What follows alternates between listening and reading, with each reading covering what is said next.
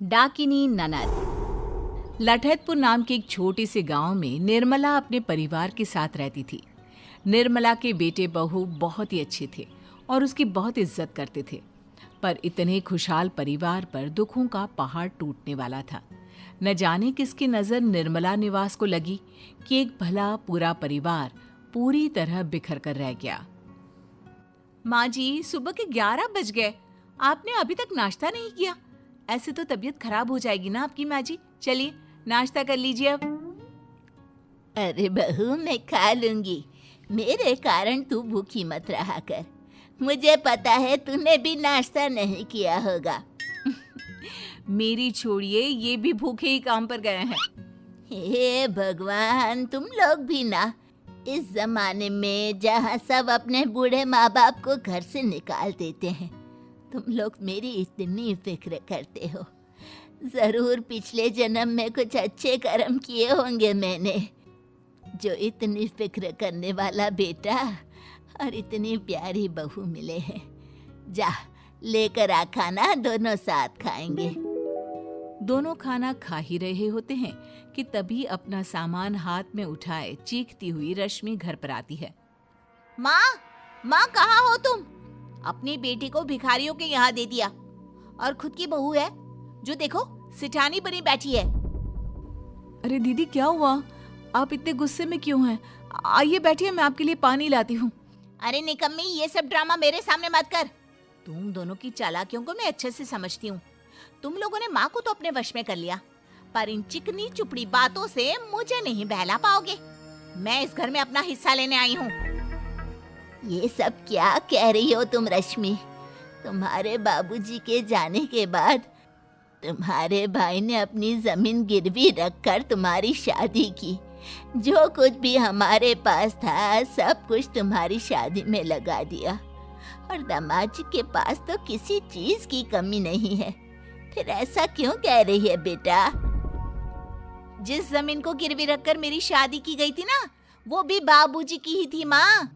इन लोगों की कमाई हुई संपत्ति नहीं है। और तुम्हें तो तुम्हारे बेटे बहू ने पता नहीं कौन सी मिश्री घोलकर पिला दी है, जो बस इनकी ही बोली बोलती रहती हो। आज से मैं इसी घर में रहूंगी जब तक प्रॉपर्टी का बंटवारा नहीं हो जाता। रश्मि निर्मला की एक नहीं सुनती और पूरा दिन अपनी भाभी से लड़ती रहती है। रात को सुरेश काम से लौटता है। कोई तुम्हारे कान भरे उसके पहले मैं ही बता देती हूँ कि मैं यहाँ तुम लोगों से मिलने नहीं, प्रॉपर्टी में हिस्सा लेने आई हूँ। और जब तक बराबर का हिस्सा मुझे नहीं मिल जाता, मैं यहाँ से जाने वाली नहीं। अरे दीदी, तुम ये क्या कर रही हो? जरा हमारी हालत को तो समझो। रश्मि किसी की एक नहीं सुनती और अगले ही दिन अपने भाई पर मुकदमा कर देती है। मुकदमा करने के बाद वो एक लॉयर से मिलने जाती है। देखिए रश्मि जी, केस तो आपके भाई के फेवर में है। मुझे तो ये केस हमारे हाथों से जाता हुआ दिख रहा है। जाता हुआ लग रहा होगा, पर मैं जाने नहीं दूंगी। अब मुझे दूसरा रास्ता ही अपनाना होगा वकील साहब। जायदाद की लालच रश्मि को अंधा कर देती है और वो सीधे स्मशान घाट के एक तांत्रिक के पास पहुंचती है। ये लीजिए बाबा, मेरे भाइयों की तस्वीर। कुछ ऐसा कीजिए कि ये लोग ऐसी परेशानी में फंसे कि उसी में उलझे रहे और ये घर मेरा हो जाए। बाबा रश्मि को एक लाल कपड़े में कीले और पीले सरसों बांध कर देते हुए कहते हैं, बस इस लाल कपड़े को रात को ठीक 3 बजे तेरे भाई के खेत की जमीन में दबा देना। उसके बाद इसका जादू देखना। रश्मि बिल्कुल वैसा ही करती है और अगले ही दिन जब सूरज खेत पर जाता है, उसका पैर जैसे ही उस हिस्से में पड़ता है जहां रश्मि ने कीले गड़ी थी, उसे खून की उल्टियां होने लगती है और उसकी तबीयत बहुत बिगड़ जाती है। आनन फानन में उसे घर पर लाया जाता है। दवाई लेकर सूरज अपने कमरे में सो रहा होता है, तभी उसे ऐसा लगता है मानो कोई उसके सिरहाने बैठा हो। कौन है? कौन है? तभी कमरे में एक रोशनी आती है जो सीधा उस औरत पर पड़ती है जो सूरज के सिरहाने बैठी थी। उसके खुले बाल उसके चेहरे पर इस तरह ढके हुए थे कि उसका चेहरा देख पाना मुश्किल लग रहा था। अपने बालों को हटाती हुई वो सूरज की ओर देखती है। तेरी बहन ने मुझे भेजा है तुझे साथ लाने को। चलना, चल। वो डायन सूरज की छाती पर बैठ जाती है और उसके शरीर से धीरे धीरे आत्मा खींचने लग जाती है। सूरज की हालत बद से बदतर होने लग जाती है। सूरज के सामने जब सब रो रहे होते हैं, रश्मि कहती है, अब सुहाग ही नहीं रहेगा तो किसके लिए हिस्सा रखोगी भाभी जी? हे भगवान, तुझे जानने के पहले मैं मर क्यों नहीं गई? भाई इतना तड़प रहा है पर तुझे प्रॉपर्टी की आग लगी हुई है।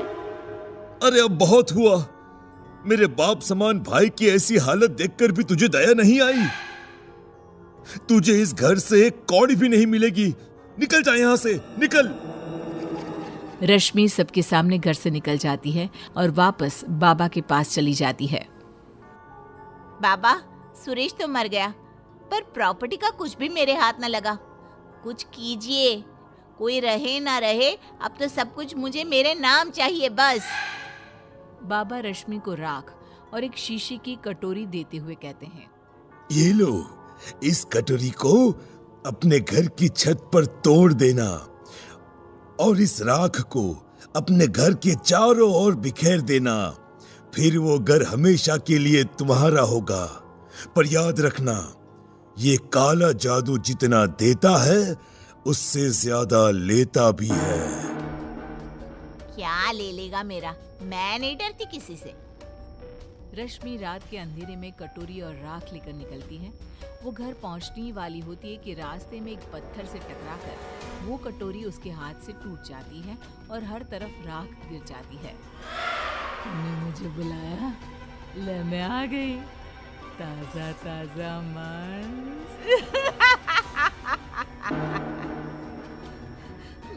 मुझे नहीं, मेरे घर वालों के लिए था। छोड़ दे मुझे। छोड़ती ही तो हूँ मैं इंसानों को। इंसान को खाती हूँ, उसके नाखून छोड़ देती हूँ। डायन सूरज को छोड़कर रेशमा के पास आ जाती है। सूरज की तबीयत सुधरने लगती है और वो ठीक हो जाता है और रेशमा के बुरे कर्म उससे ही निगल जाते हैं।